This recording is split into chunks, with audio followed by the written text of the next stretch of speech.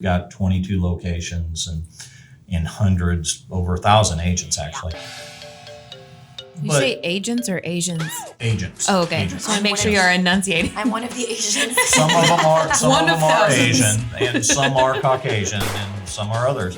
And now that I've got myself in all kinds of trouble with people, I love everybody, everyone. So We love all people. Wow. No discrimination here. But here's what I've seen. Let's have a chat, talk this and that with PB and Jaisy.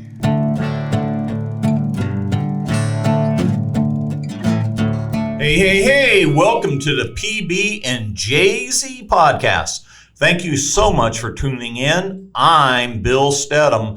I'm the lucky bee today, sandwiched between three beautiful women.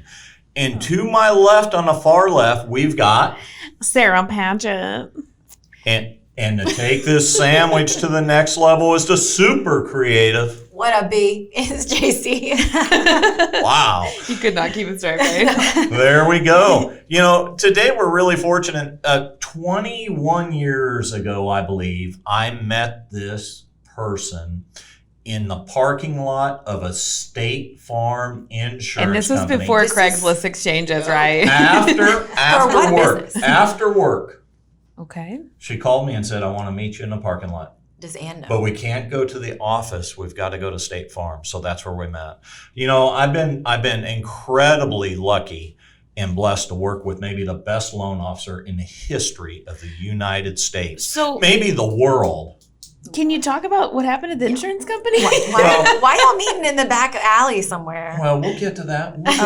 But, okay. you know, we're here because of Michele Creech. Welcome, Michele. How you doing? I'm doing good. Thanks for having me. Yeah, you remember that time? I do remember that time. Yeah, that was kind of fun, wasn't it? It was a blast. Yeah, actually, we were working through some work issues, and we talked through some issues there, and it was fantastic. You know, we've got some questions for you, and we want to talk to you about some stuff, but afterwards, we want you to stick around because we've got a little segment called Tales from the Lockbox. But, you know, let's go ahead and get started. Jaisy, I've heard you got some questions for our guest today. Michele, I'm so excited to talk about you. Me too. Well, at least to her face. We've been talking about you for a long time. Yes, Yeah. Been that's out to your face. This is true. Michele, you have lived a lot of life for someone who is very young. You started in the industry super young. And so we want to know, how do you go from, I don't want to say the bottom, but entry level, how do you go from there to the top? You've had your best years ever. You keep topping yourself. Tell us about that. Well, I always try to challenge myself. So it's one of those things that I've always started at the entry level in all phases of my job. So I started in the retail industry before I came into mortgage. And it's just one of those things that I said, okay, this is something I can do. I want to be challenged. I want to be able to overcome, and I want to be that person. Or I watch everyone. I'm always willing to learn new things every single time. So how do you stay on top of your game? How do you keep learning, and what do you do? So I will say the last couple of years, it's been a little different for me because I felt like I was at a standstill. And then I came to Mansfield and just learning new things from new people and how they do different things has really made an impact. Listening, and you are never, let's see, how do I put this? Some people think that they are too good to learn something new, and you're not. For sure. You know, I've got a question for you.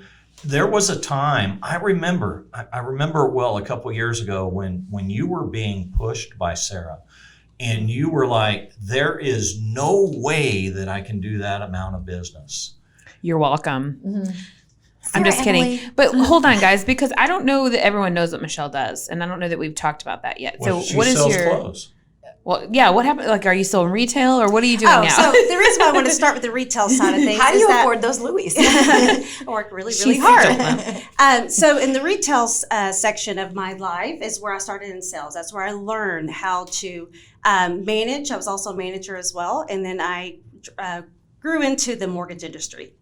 So I started at the bank, and then I was transferred over to the mortgage side of things. So I started with another company. I was there for about a year and a half, and I started answering phones. That's how I started, was answering phones. How do you answer the phone? This Michelle. No.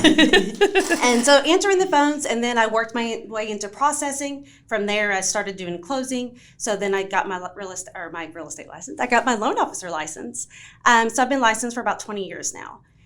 So with that, I knew all branches and all levels of what we do on the mortgage side of things. So that's really helped me grow. It's helped me teach other people to make the process really smooth. So with that, so I have been originating and processing for over 21 years now. Wow. Awesome. Yes. So that's great because you can kind of see every side of it. You've kind of done everything, so Right. you know. Right, and I know what to expect. So I originate a little bit different than most people. So I ask a lot of questions up front, so it prevents any kind of last minute surprises. Yes, working with you is definitely different than working, not to promote Michelle, but I mean, if you're using any other loan officer, I mean, You're what dumb. What are you doing? But Michelle is very good. I think the sales aspect that you've had in your past has definitely contributed to where you are now because you've got not just the people skills, but you know how to ask those questions. Because sometimes I'm sure being a loan officer, you got to ask those questions that people don't. Once you start fiddling around with money, people get all weird about it. They get pretty sensitive, but Yes. that's okay. And you approach it different ways, and then you adjust your the way you talk to people and their attitudes and how their personalities are. So that's one thing I've learned through time, and I'm continue to learn too. So some people say you're too serious, or and I try because it is a serious situation. So you just want to be able to make them feel comfortable as well. Yeah. What steps do you take to get your best year ever? What differences did you have to do? I had to try to grow my team because I realized I can't do it all myself. I try. Time management was really key for me. The last 2 years, I really worked 24/7. I know it sounds crazy, but I mean, Sarah can contest to that. You can, Bill, and as you, Jaisy, all hours I'm working, and I realized I feel like if I could manage my time better, I can do more things during that time to be able to exceed my production. So that's been key, trying to get the right people in the right spots too. So I think I just heard something, and I've known you longer than anyone here at the table, and I've seen you work and burn the candle at both ends, but I saw you move to your best year ever when you learned some boundaries and you learned to start taking some time off, albeit that we had to threaten to take things away or to throw phones in rivers and lakes and break things. But once you started taking those boundaries and actually taking some weekends for yourself and your family, I feel that your career went quantum leaps higher. How do you feel about that? I agree. And it was hard to adjust to that. But now when you get used to it, it's like, oh, I have a Sunday. But does somebody need me? I still do that thing. Right. I want to be needed. I want to help people. But I also have to be there for my family and my friends too. Yeah. Well, and that's who needs you. Travis, Maddie needs you. Yes. Ann needs you. Sarah needs you. Bill needs you. Jaisy Ann needs and you. Bill need you to drive them Yeah. home. Yes, and I did do that. She drove us there, Oh, not okay. home. You know We- better we- than that. We drove ourselves home. Oh man. Well, that does kind of sound a little bit counterindicative. Is that the right word? Where in order to have your best year ever, you actually had to start doing less of things and kind of delegate stuff. Yes, delegation was key. Very hard to do because I have things like to the point that how I write things on a folder. I mean, I wanted my handwriting to be on it. That's how crazy it was. Yes, you do work a lot. I know there's been a time where I was up for some reason and I emailed you at like 2:30 in the morning and I thought, oh, she'll just get back to the morning. At like 10 minutes later, I hear a ping and I look and sure enough, Michelle has emailed me back a pre-approval. And I'm like, how did this happen? Yes, so that's one of my biggest limits that I set for myself is I stopped checking email at 10 p.m. I had to. And that's still pretty late. I mean, Yes. 10 p.m. Yes, is late. yes, but that's the first thing I look at, even though I'm not supposed to, but that's the first thing I look at in the morning. We're working on that though, because Yes. we're Little gonna steps. get you to do something else in the morning besides look at your email. Look at Travis. Take care of Travis. He's already gone for work. Well, then get up earlier. Oh gosh, no. One thing that we haven't talked about is you actually have a daughter, Maddie, who just recently graduated from UNT. Yes. That's amazing. Thank you. And I'm sure a lot of what you do as a mom myself, I always kind of think to myself, well, what example am I setting for my kids? Mm-hmm. So with how much you work and like your work ethic and all of that, how has that affected Maddie? I think it's good for her. I hope that that's what I live for every single day is for her, for Travis to see. I want to provide them the best life possible so she can do that for my grandchildren one day. And that example was set for me with my dad as well. My stepfather raised me, and he worked 2 jobs. So I saw him, you never called in sick. You always worked. He worked nights. He would come home, take a couple hours of sleep, and then go back to work. He was Ronald McDonald at the Waxahachie one, yes, at the Waxahachie location for birthday parties on Saturdays, and then he worked for the Dallas Morning News for years, working nights, and he never took a day off. He worked 7 days a week. So this was back before like people wanted to call in for COVID and whatever else, or like a runny nose, or Right. And that's what we did with perfect attendance. You know, we had that in schools. I teach Maddie that you have to have that work ethic. You have to work hard because not everything comes easy to, especially for me and for her. So hopefully that will help her and benefit her. I think it's done well for me. And I just really hope that she has that work ethic. So I've got to brag on Maddie. Why? Because she has a crush on you? Yeah. Is that why you're She bragging does. on her? Oh, she loves her Bill, that's for sure. She's got a grandfather crush, I guess. But here's my brag. She graduated from UNT early, by the way. So there's a graduation party, and we brought her a little gift, and it wasn't much, but we brought her a gift. I got home from work Thursday night. Now this party was Saturday or Sunday, but it was this last weekend. I got home from work Thursday night, and on my desk is a handwritten note from Maddie. Yes, sir. Thanking me for the gift. It was personalized, and I'll say it here in front of millions of people, taking a job as a real estate agent, because she said she would take the job. So Maddie, I'm holding you to it. So Get that license, girl. You're gonna get your license, but I gotta tell you, I give a lot of people things. Very seldom do I get a thank you note. Michelle, well done, but Maddie, really well done. And she knew where to put the address and everything. Yes. Like that blew me away when I started. Like I hired a couple people to help, and the younger generation, they didn't know where to put the address or the stamp. The stamp is what blew me away. Someone came to me and said, "What do you do with the stamp?" I'm like, Yeah, really? even with that, I kind of question myself sometimes if I've ever had to write a check, which has maybe been 2 or 3 times in my entire lifetime. I'm just like, what do I have to write that out? Okay, shut up, Jaisy. So Jaisy's can we- really I just young. wrote a check this Yeah. morning, so Jaisy, I want you to practice. You got your checkbook. You can write a Right, check to Michelle. Bill. I don't even know if I have Yeah. any check papers. Please. We were on Marco Polo the other day, and she was like, "Yeah, I was only 3 in like 1993 or whatever she said." And we my. were all like, "Shut up, Jaisy." yeah. I was a year away from retiring from the Air Force in 1993. Wow. 93, let's see. What were you yes. doing? Keg stands? And Yes, I was. I was in high school. oh, you were a cheerleader. What about cheerleading? You want to talk about cheerleading? Yes. I love cheerleading. Michelle has so many different stories, I feel. Part of when you started was you were very young when you started in the mortgage industry. So how is that? Because we've all been around, the older ladies when you're the younger person coming in. Sarah. Not old. That, there's that pressure that where they can kind of nitpick things you do. Mhm. How I feel is like that? you're talking about me a lot right now. Sarah was really mean to me when I first started, and I just want to air a complaint, but we don't have HR, so I'm going to use this medium to do it. Perfect. Brilliant.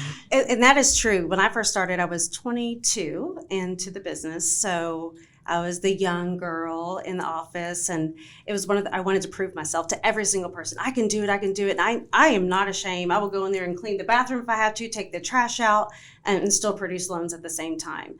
I just wanted people to recognize that I work hard no matter what my age is, and hopefully I can pass that along to Maddie as well. So I've got to shout out a kudo here, but also I get to see everything globally within our company, and we're a large company, so we've got 22 locations and hundreds, over 1,000 agents actually. You But- say agents or Asians? Agents. Oh, okay. Agents. Just want to make I'm sure you are enunciating. I'm one of the Asians. Some of them are. Some One of of them are thousands. Asian, and some are Caucasian, and some are others. And now that I've got myself in all kinds of trouble with people, I love everybody, everyone. So We love all people. Wow. No But- discrimination here. But here's what I've seen, Michelle. You take amazing care, and I think that loan officers, I think managers, I think agents across the board, I think everybody, regardless of what you do for a living, can learn to take care of people. Mhm. And you take amazing care of your clients and your customers, and you're constantly, instead of sitting in an office with the door shut and having your hand out, like, give me business, give me business, give Oh me no, I business. need to earn that business. Yeah, you're out Every talking day. to people. How can I help them? You're involved in the office, and you know good and well I don't ever ask anybody to bring things in, to support things in my offices. And you're volunteering to bring in food. In fact, you have coffee with Michelle, and there's food, and you're engaged. Where'd you learn that? How do you do that? And why don't more people do that in your industry, in my industry, in all our industries? You know, it's one of those things. I'm like, why? What can I do to help people? I mean, it's common sense. You don't have to have any kind of degree or a class to take. Just sit back and think, how would you want to be treated? And that's kind of how I have led myself. And there's other inspirations I had. I mean, I've learned a lot from Sarah. Can you repeat that? Oh my gosh, is this recorded? It is. And build yourself. I mean, there's been many years you told me all the wrong things and what not to do, so I did the opposite. So it's one of those, that loan officer did this. Well, I'm not going to do that. I'm going to do this. Right. Just so many different people have been a big part of what I do. And it constantly changes. I'm always looking to learn something new. So I'm like, oh, that's a great idea. I could maybe do this or put my little spin on it. And it makes a huge difference. And you always want to change things up because, you know me. I like Spice to it have up. a little spicy. Yes, be a little spicy. Muy Can- caliente. when you're And I don't changing speak it up, Spanish. can you get Yeah. peanut butter cup candies in your candy bar bowl for me? Okay, I'll see if it's in the budget. Yeah. Okay. Here, I'll give you some money. Okay, that's even better. Michelle, talking about how you stay up to date and things like that, what's your favorite book or podcast? Like, what are you reading? What are you putting in here? It's going to sound really corny, I guess. I don't know. But every Tuesday morning, I get super excited to get in my car and listen to Brian Buffini. I know that's crazy, but I shout do. out. And it's so many things. And I'm not a real estate agent, but I just kind of change what he is preaching and put it to the mortgage side or everyday life or what I can teach Maddie. So that's crazy. I listened to it on the way to work. And you know what? I never even listened to a podcast or even knew what a podcast was until about 3 years ago. And now you're on one. In front of millions of people. I'm so excited. So many Thank you people, for all having your me. listeners. All right, what is your favorite wine, beer, drink? All of it. All of it. All of the above at All one the time. above.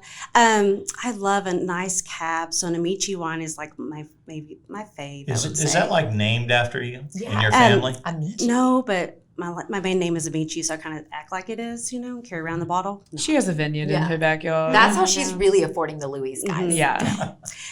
Let's see. What was the next question? What's your favorite restaurant? Local place or local place? whatever? Maggiano's. Love some Maggiano's. Is that local or is that a franchise? That's a franchise. Okay. Mhm. So I first went in Chicago. So my family used Oh. to, some Italian family, big, we always do everything at home. It was one of the big restaurants that we went to as a family, and it's Italian food. Well, that's a big deal for Italians to go out to eat at an Italian food restaurant. Wow. So we went in Chicago. So they opened one up here in North Dallas. So I was able to go to that, and that's one of my favorites. So you were in Chicago recently, and you brought me back a pizza. I did not bring you back You that brought pizza. me back a pizza. No. It was A pizza pie. amazing. No, I did not. That wasn't me, Sarah. That I was Rockin' promise. Rhonda. That was Rhonda. Why do you want to bring that up? I mailed her a magnet. It was fine. All right, so if you could shout out someone, a local person, and really anyone, mentor, who could it be? Okay. I can't, but Sarah. Sarah has been. I know she's. And I didn't want to do this. Who's that? But Oh, you this deserve it. She deserves it. She has. I see her help so many people. It's just. It's crazy. No matter who you are in one of the biggest, most important people in my life, my daughter. You have. I am not her daughter. No, by but the way. you've helped my daughter, Madeline. She's she awesome. loves it when I call her that. So much. Just how she has changed the way she Her face. smiles Her face. and her eyebrows. No, and the way she Give her a treats whole people. makeover. Yes, and so I can't thank you enough.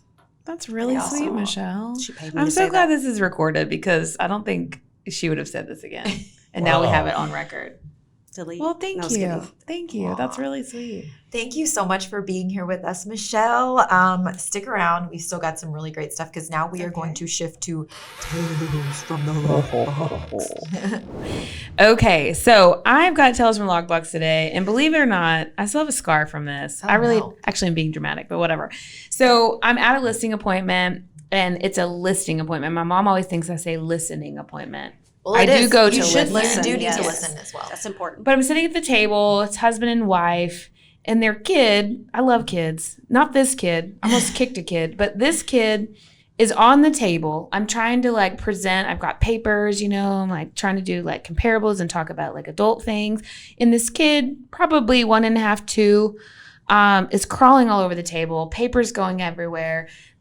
Like you on Marco Polo, there's like That's a exactly kid what I'm thinking. I'm like, crawling if I on ever me. had a listing appointment happening at my home, this is what. Yeah, so but the difference is the kid's crawling on me. It's not my kid, and there's a kid crawling on me, which is fine. She was really cute, and we were like talking, and I was like multitasking, and I thought I had the whole thing in wraps.